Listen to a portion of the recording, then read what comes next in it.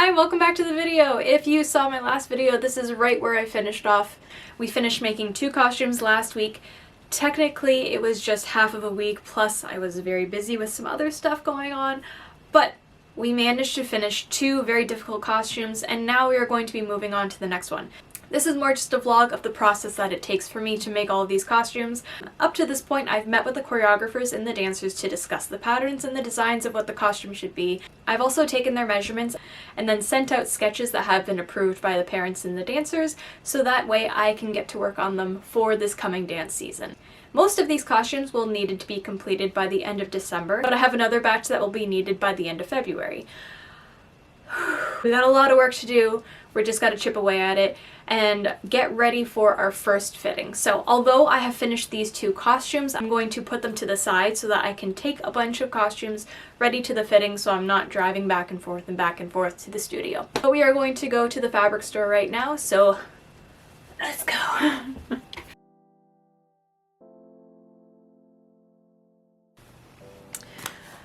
Okay, so here is my big book of fabric swatches. So I just cut out little pieces so that I can bring it to the clients and the dancers to see what will work best, and then I can build off of the sketches from all of the fabrics from this book.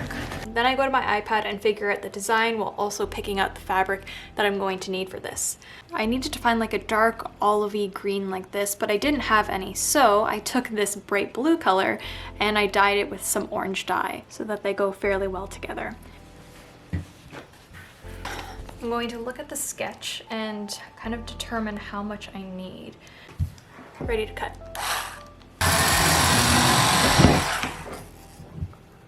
Nice and easy. I love that thing. I actually bought a handheld one for myself.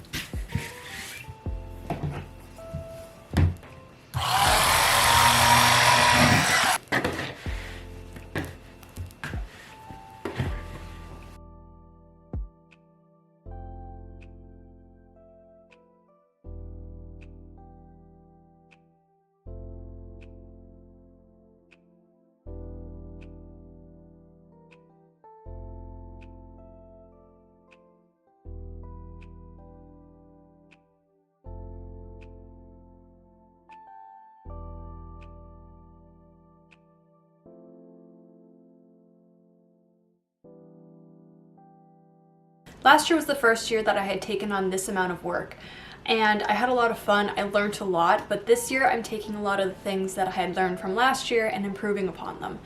So last year when I was making all of my patterns, I was basically drafting each one uniquely to themselves. There were a few times where I could reuse patterns, and that helped me the most.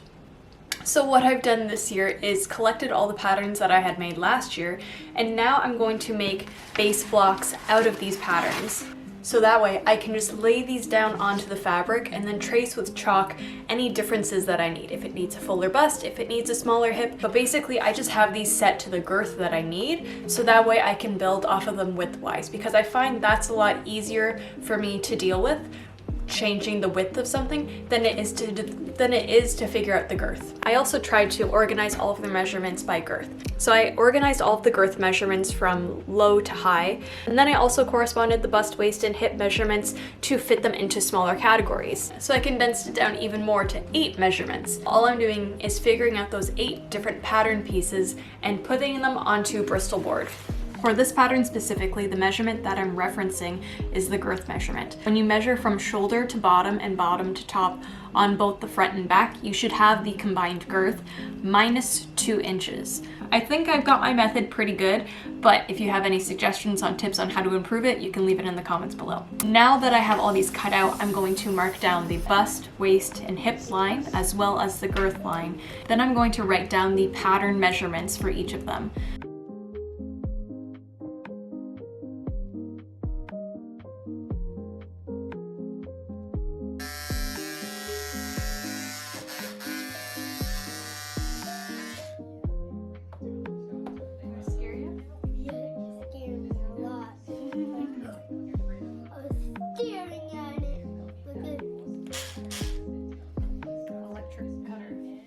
Oh, don't cut at my eyes. I will.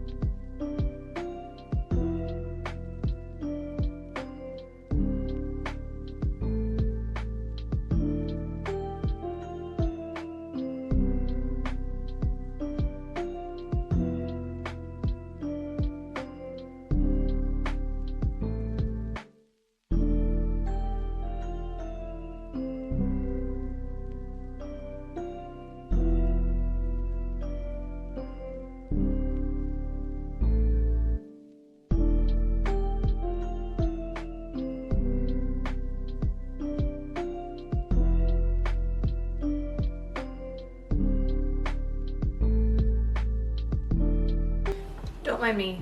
Focus on this. I decorated this costume last year for a duet. They purchased a white leotard and then I painted it to look like a sculpture. So that is what I have on my body form right now. The dancer wanted to use this as the base for the solo costume this year. And so now, oh, blue jay. Oh, so magical. So I'm going to use this leotard and incorporate it into their solo costume this year. Ooh, how many blue jays do we have? There are like 3.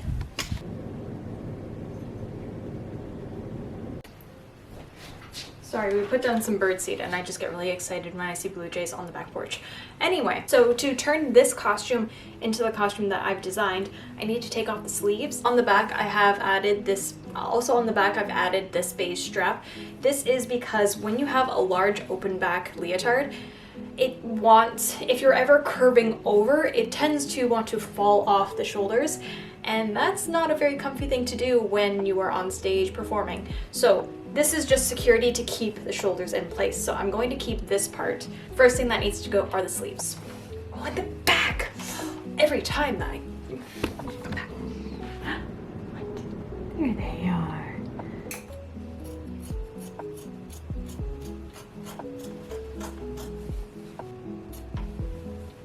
Easiest thing I can probably do is just fold this excess over and then do a zigzag stitch around this.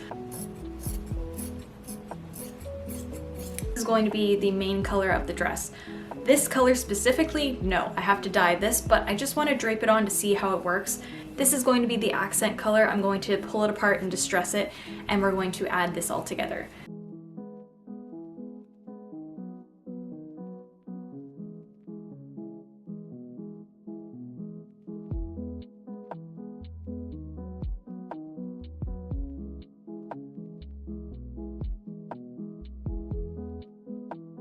So what I've done is taken this base blue and just draped it across here. I want this piece to fall forward so I can really distress it and make it look a little more tarnished. I really like the transition from here, and I just twisted the fabric and pulled it back. And I think it's just gonna be really pretty. So now that I have this kind of mapped out of what I want it to look like, and I think it's gonna be really pretty, I'm now going to dye this blue fabric to be more of like a slate blue. So we're gonna use some black and then just some more powdered blue dye.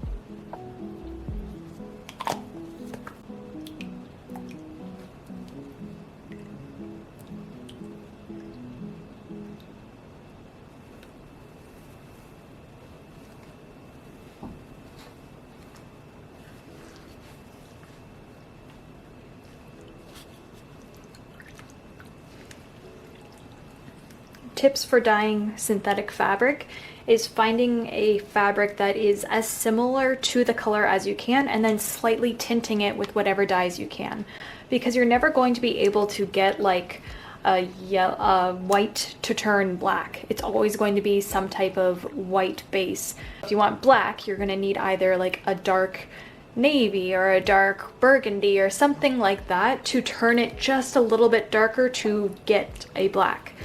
So now we're going to I'm going to wash this fabric, drain it out, and we are going to, I'm kind of in the mood to dye some more fabric, so let's do some more of that today.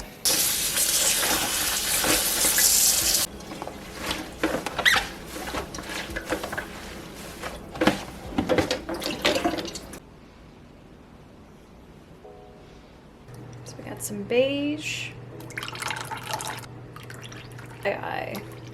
So this type of fabric holds on to color really nicely.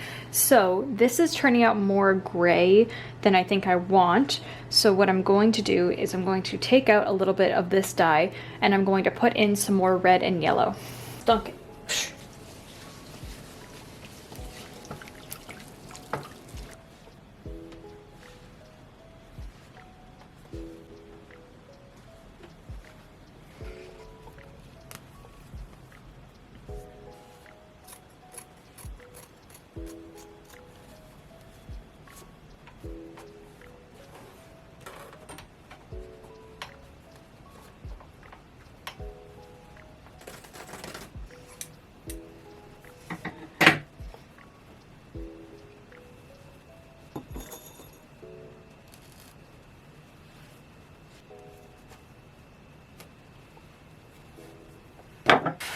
So this one is done. So the next thing I'm going to do is Either take it off of the body form or just keep it on and hand stitch it onto the leotard underneath, hoping that I don't catch the body form while I do it. But I'm going to hand sew it down and then it should be ready for the fitting.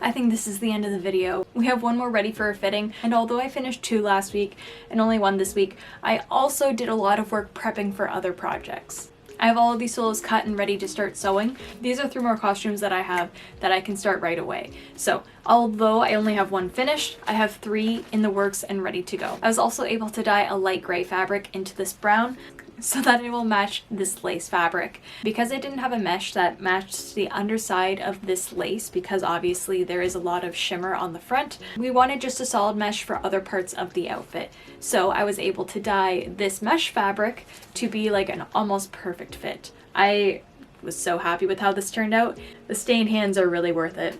So next week I'll be able to jump into those other 3 costumes, as well as probably cutting and drafting a few more.